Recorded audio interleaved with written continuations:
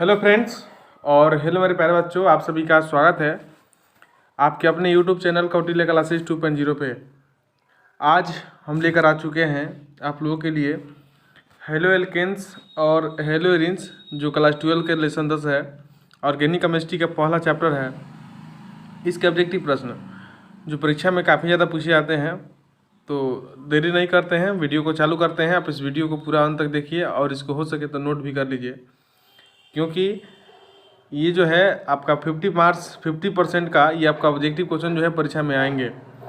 तो objective question एक concept में आपका क्लियर कर देना चाहता हूँ कि जो भी ऑब्जेक्टिव क्वेश्चन होते हैं उस पर आप तो है पूर्ण रूप से हावी नहीं हो सकते हैं। आपको कुछ ऐसे क्वेश्चन होते हैं जो समझ के उत्तर देने होते हैं, और कुछ ऐसे क्वेश्चन का आंसर होते हैं जिसको याद करने पड़ते हैं, और बिना याद किए हुए आप ऑब्जेक्टिव क्वेश्चन पर अपना एकत्रित नॉलेज नहीं कर पाएंगे, क्योंकि बिना याद के पॉसिबल ही नहीं है कि ऑब्जेक्टिव क्वेश्चन को सॉल्व कर पाएंगे।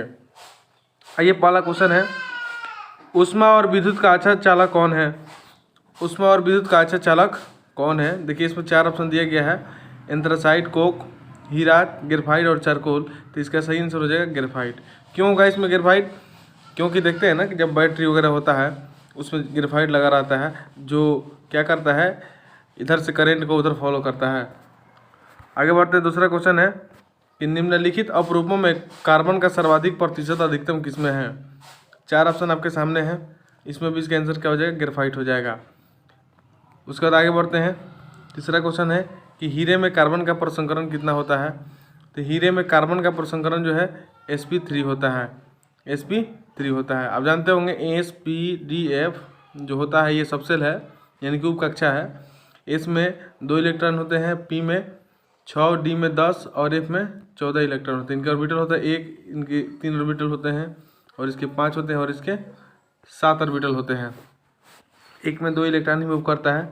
आगे बढ़ते हैं, चौथा क्वेश्चन देखते हैं, कार्बन यौगिक में तत्व उपस्थित होना चाहिए। देखिए, कार्बन यौगिक में कौन सा तत्व उपस्थित होना चाहिए? तो ये जो है कार्बनिक यौगिक में कार्बन का उपस्थित होना जरूरी है। अगला क्वेश्चन देखते हैं, पांचवा क्वेश्चन है कि एल्कीन निम्न में से कौन अभिक्रिया देती है? एल्कीन निम्न में से कौन सी अभिक्रिया देती है?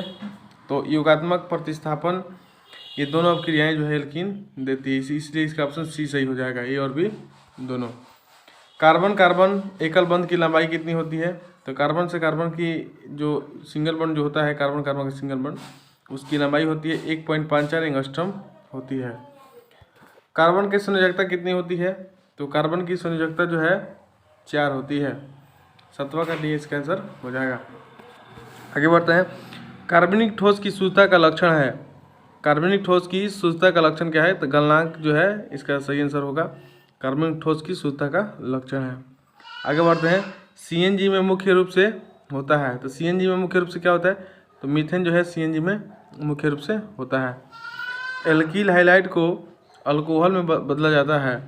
तो 4 ऑप्शन आपके सामने हैं, योगात्मक अभिक्रिया, विस्थापन अभिक्रिया। तो विस्थापन अभिक्रिया से है एल्कील हाइलाइट को अल्कोहल में बदला जाता है। एल्कील हाइलाइट को अल्कोहल में बदला जाता है, यानी कि ROH में बदला जाता है। तो ये जो है विस्थापन अभिक्रिया के द्वारा बदला जाता है। आगे देखते हैं, अगला क्वेश्चन है 11 नंबर कि CH3I3 में एंटीसेप्टिक क्रिया का कारण क्या है? कारण बताना है। तो इसका आंसर जो है आयोडीन मुक्त होकर निकलना, आयोडीन मुक्त होकर निकलना। सामान्य सूत्र CnH2n+2 वाले यौगिक हैं। तो ये किसके यौगिक हैं? एल्केन का सूत्र है ना, इसलिए इसका सी आंसर सही हो जाएगा। आगे बढ़ते हैं, एल्कीन का सामान्य सूत्र। तो एल्कीन का सामान्य सूत्र क्या हो जाएगा? CnH2n इसका सूत्र होता है। ईथेन में कार्बन का संकरण कितना होता है? तो ईथेन में कार्बन का संकरण जो है sp3 होता है। देखिए, ईथेन जो है मीथेन ईथेन, यानी कि C2H6 इसका फॉर्मूला होगा। 2 कार्बन होंगे, इसका जब स्ट्रक्चर बनेगा ना तो 4 सिग्मा बनाएंगे, तो 4 सिग्मा बनाएंगे तो इसलिए sp3 हो जाएगा। आगे बढ़ते हैं, 11वीं क्लास में आप लोग को पढ़ने हैं। इथाइन में पाई बॉन्ड की संख्या है। इथाइन में पाई बॉन्ड कितने होते हैं? तो इथाइन में पाई बॉन्ड 2 होते हैं। इथाइन में देखिए 3 जो है इथाइन, यानी कि C2H 2 दूना 4 C2H2 होता है। इसका जब स्ट्रक्चर बनेगा तो इस प्रकार से बनेगा, ये वाला स्ट्रक्चर बनेगा, ठीक है। तो ये सिग्मा और ये 2 पाई हो जाते हैं, इसलिए 2 पाई इसका आंसर, 2 इसका आंसर सही होगा। 16 नंबर क्वेश्चन है कि तृतीय एल्किल हैलाइड SN2 नाभिक रागी प्रतिस्थापन अभिक्रिया जो है ये दूसरी है। क्रिया विधि द्वारा प्रतिस्थापन के लिए प्रयोग रूप से अक्रिय होते हैं क्योंकि त्रिविम अवरोध की वजह से ये अक्रिय होते हैं।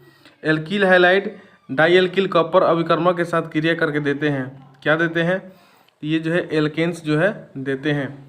आगे बढ़ते हैं, 2 ब्रोमोब्यूटेन से ब्रोमीन के निष्कासन के परिणामतः प्राप्त होता है, क्या होता है, तो ये 2 ब्यूटीन बनता है, इसको याद कर लेंगे। आगे बढ़ते हैं, निम्नलिखित में से किसका मेसो समायोगी भी होता है, तो इसका सही आंसर हो जाएगा 2,3 डाइक्लोरोब्यूटेन का मेसो समायोगी। समायोगी का मतलब होता है कि एक जैसा दिखना, माने इसका गुण जो है उसमें मिलना। जैसे मान लीजिए एक हम लड़के हैं और एक और कोई लड़का है, तो मेरा गुण अगर इससे मिलता है तो ये मेरे समायोगी है, ठीक है। आगे देखते हैं, 20 नंबर क्वेश्चन है कि सांद्र सल्फ्यूरिक अम्ल की उपस्थिति में क्लोरोबेंजीन को क्लोरोल की उपस्थिति में गर्म करने पर निर्मित यौगिक है, तो ये क्या हो जाएगा, ये है आपका DDT डाइक्लोरोडाइफिनाइल टेट्राक्लोरो, ऐसे कुछ इसका नाम है DDT के फुल फॉर्म अगर आपको पता है तो मुझे कमेंट बॉक्स में बताइए, ठीक है, आपको बताते हैं। DDT पूछता है 12th क्लास के लिए, काफ़ी इंपॉर्टेंट है DDT। उसके बाद से देखिए 21 नंबर क्वेश्चन है कि निम्न में से किस अम्ल का वियोजन स्थिरांक लघुत्तम होगा, तो इसका क्या हो जाएगा सही आंसर, इसका सी नंबर जो है सही आंसर होगा BrCH2CH2COOH। इसका नाम क्या होगा, IPSC नाम, आप अगर जानते हैं तो मुझे कमेंट बॉक्स में बताइए। ये आपका OE के सीट है। आगे बढ़ते हैं, 22 नंबर क्वेश्चन को देखते हैं। यौगिक जिसका अणु सूत्र C2BrClFi है, इसके समूह की संख्या बताना है, तो इसके समूह की संख्या 6 होता है। यहाँ पर पूर्ण रूप से एक्सप्लेन हम नहीं कर सकते हैं क्योंकि क्वेश्चन ज़्यादा है, इसमें आप लोगों को कम समय में ज़्यादा क्वेश्चन को दिखाना है। आगे बढ़ते हैं, परऑक्साइड की उपस्थिति में हाइड्रोजन क्लोराइड तथा हाइड्रोजन आयोडाइड मार्कोनिकॉफ नियम के विपरीत प्रयोग नहीं करते हैं क्योंकि दोनों में से एक ऊष्मक्षेपी प्रक्रम होता है, दोनों में एक ऊष्मक्षेपी प्रक्रम होता है। आगे बढ़ते हैं, 24 नंबर क्वेश्चन है कि CN- है क्या है, 2 नाभिक स्नेही केंद्र है। CN- क्या है, साइनाइड बोलते हैं CN को, 2 नाभिक स्नेही केंद्र है। आगे बढ़ते हैं, एसिटिलीन HgCl2 की उपस्थिति में HCl से अभिक्रिया करके क्या देता है, एसिटिलीन HgCl2 की उपस्थिति में HCl से अभिक्रिया करके क्या देता है, तो क्या देता है 25 का B नंबर क्लोरोएथीन देता है। उसका 26 नंबर क्वेश्चन है कि कीटोन एक क्षार की उपस्थिति में हाइड्रोजन से अभिक्रिया कर देता है, कीटोन एक क्षार की उपस्थिति में हाइड्रोजन से अभिक्रिया करके देता है, हाइलोफॉर्म अभिक्रिया करके देता है। आगे बढ़ते हैं, 27 नंबर क्वेश्चन है जो है विश्लेषणात्मक परीक्षण के लिए आधार है मिथाइल कीटोन का, इसका सही आंसर क्या होगा, मिथाइल कीटोन का, याद कर लेंगे। ग्रिग्नार्ड अभिकर्मक तैयार करने में निम्नलिखित में से किस घोलक का उपयोग किया जाता है, बहुत ही ज़बरदस्त क्वेश्चन है, पूछता भी है, तो THF का उपयोग हम लोग करते हैं। आगे बढ़ते हैं, साइक्लोहेक्सेन का कौन सा संस्रूपण कराइल होता है, साइक्लोहेक्सेन का कौन सा रूप संस्रूपण कराइल होता है, तो इसका सही आंसर जो है चीयर जो है इसका संश्लेषण संरूपण कराइल होता है। सेंडमायर अभिक्रिया में भाग लेने वाला लवण है, सेंडमायर अभिक्रिया में भाग लेने वाला लवण का नाम बताना है, तो ये है डाइओजोनियम लवण, RNH2X, यही इसका फॉर्मूला होता है RNH2 है, ये आपके एमीन चैप्टर में पढ़ने हैं, डाइओजोनियम लवण RN2। इसी के देखिए N2 को ही हम लोग डाइएजोनियम बोलते हैं, N2 को ही क्या बोलते हैं, डाइएजोनियम बोलते हैं। आगे बढ़ते हैं, 21 नंबर क्वेश्चन है, निम्नलिखित में से कीटनाशक है, निम्नलिखित में से कौन सा इसमें कीटनाशक है, देखिए 4 ऑप्शन आपके सामने है, इसका सही आंसर है BHC जो है इसमें से कीटनाशक है, ये बताना है आपको। 32 नंबर क्वेश्चन, इसका IPSC नाम बताना है, अगर आप जानते हैं तो बताइए आप मुझे। देखिए अंकन चालू करेंगे, 1 2 3 4 है ना, तो इसका सही आंसर C नंबर हो जाएगा, इसका सही आंसर C नंबर हो जाएगा। देखिए 1 पर जुड़ा हुआ है, 1 पर जुड़ा हुआ है, 2 पर 3 4 पर जुड़ा हुआ है, तो 1 2 4 ट्राइक्लोरोबेंजीन, इसका सही आंसर हो जाएगा। उसके बाद से देखिए 33 नंबर क्वेश्चन है कि OH माइनस तथा RO माइनस उदाहरण है किसका है, न्यूक्लियोफाइल का। देखिए इलेक्ट्रोफाइल और न्यूक्लियोफाइल क्या होता है, जिस पर प्लस चार्ज होता है वो इलेक्ट्रोफाइल होता है और जिस पर माइनस चार्ज होता है वो न्यूक्लियोफाइल है। इसको छोड़कर कुछ और ऑप्शन भी दे सकता है, तो आप ध्यान रखेंगे जिस पर निगेटिव चार्ज है वो न्यूक्लियोफाइल है और जिस पर पॉजिटिव चार्ज है वो इलेक्ट्रोफाइल है। वो आपके 11th क्लास में दिया हुआ है, 11th क्लास में पढ़ने हैं। 34 नंबर क्वेश्चन है, यहाँ पर देख सकते हैं आप। 34 नंबर क्वेश्चन है कि O single bond N double bond O है, इसमें से क्या है, तो इसमें से ये तो नाभिक से नहीं तो है ही, इसका है उभयदंती नाभिक से नहीं है। आगे देखते हैं CH3MgI जल से अभिक्रिया करके क्या देता है, जल से अभिक्रिया करके ये मीथेन देता है, जल से अभिक्रिया करके मीथेन देता है। देखिए CH3MgI को आप जल से रिएक्शन कराइएगा तो क्या होगा, यहाँ का H एक आकर इसमें शामिल हो जाएगा तो CH4 बन जाएगा। तो CH4 बन तो यहाँ पर OH बच गया ना, तो MgIOH जो है यहाँ पर बचेगा, तो यहाँ पर CH4 देता है। उसके बाद से देखिए गिरिग्नाट अभिकर्मक तैयार करने में घोला प्रयुक्त होता है, कौन सा घोला का प्रयोग करते हैं हम लोग, ईथर जो है हम लोग प्रयोग करते हैं। 37 नंबर क्वेश्चन है कि RMgI इपोक्साइड के साथ अभिक्रिया कर देता है, प्राइमरी अल्कोहल जो है देता है।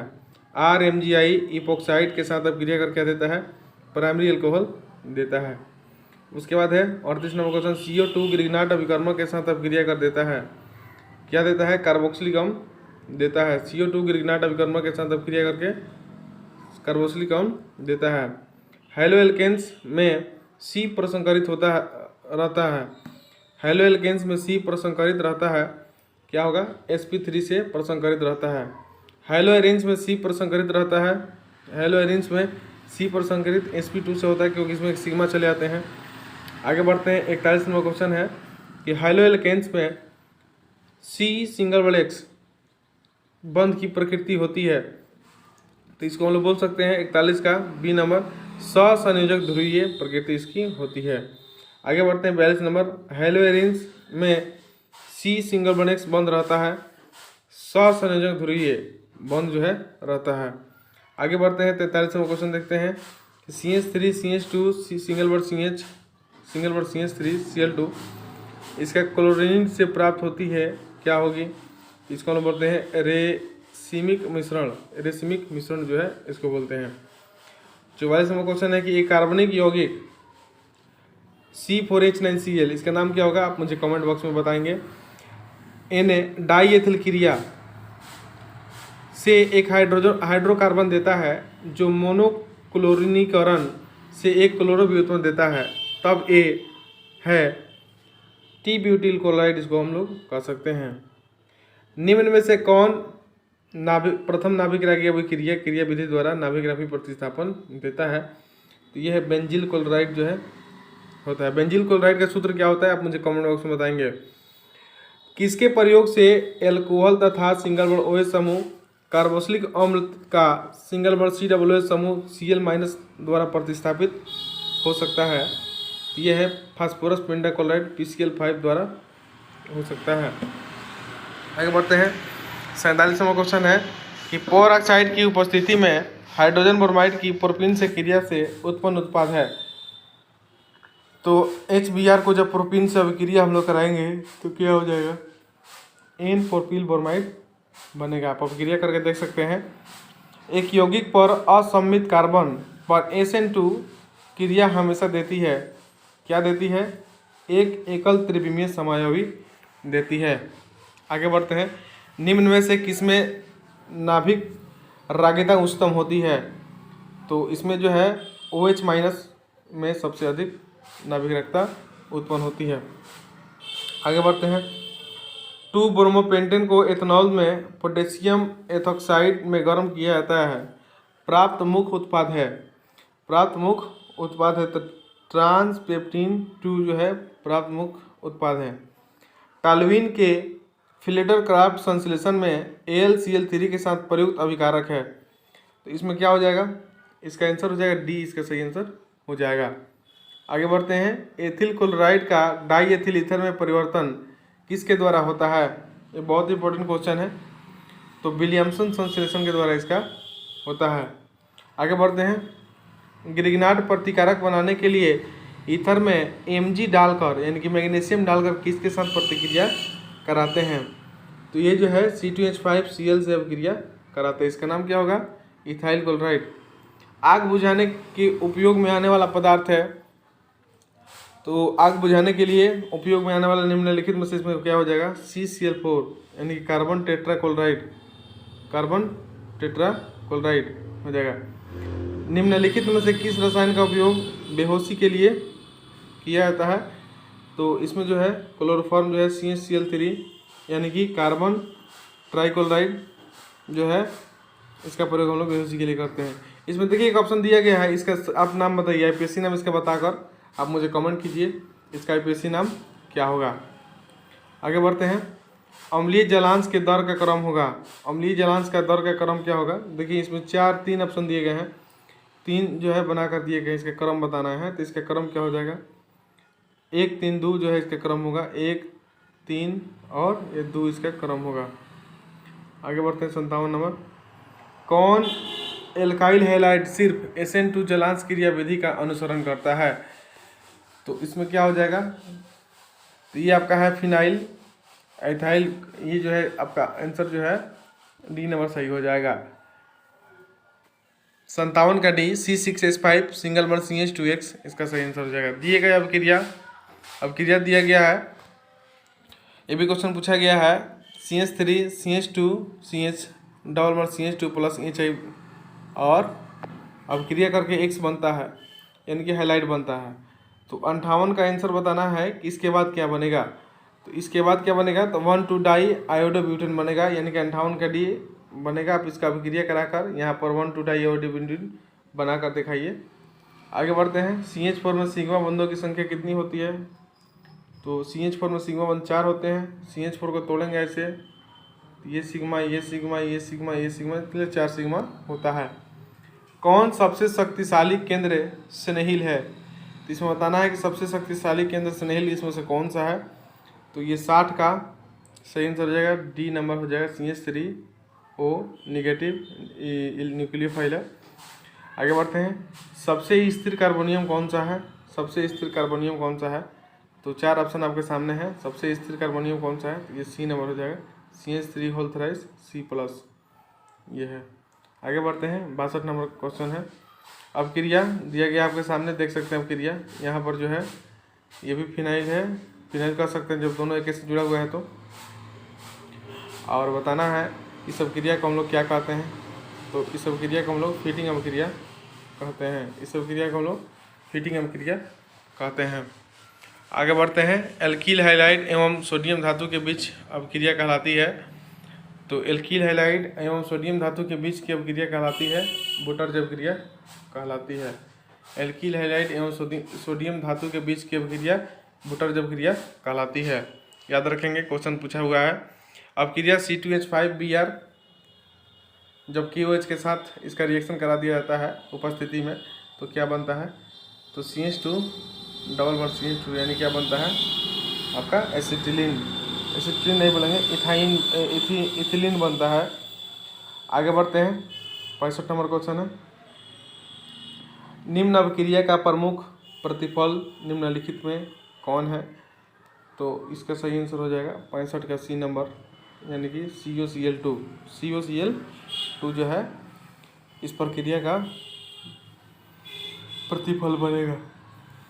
तो मेरे प्यारे बच्चों, आप सभी को कैसा लगा वीडियो मुझे आप कमेंट बॉक्स में बताइए। देखिए ऑब्जेक्टिव क्वेश्चन है, इसको आपको याद करने होंगे। ऑब्जेक्टिव क्वेश्चन जो है मैक्सिमम याद किया जाता है और उसके बाद कुछ ऐसे प्रश्न है जिसको सॉल्व करने वाला होता है, उसको सॉल्व किया जाता है।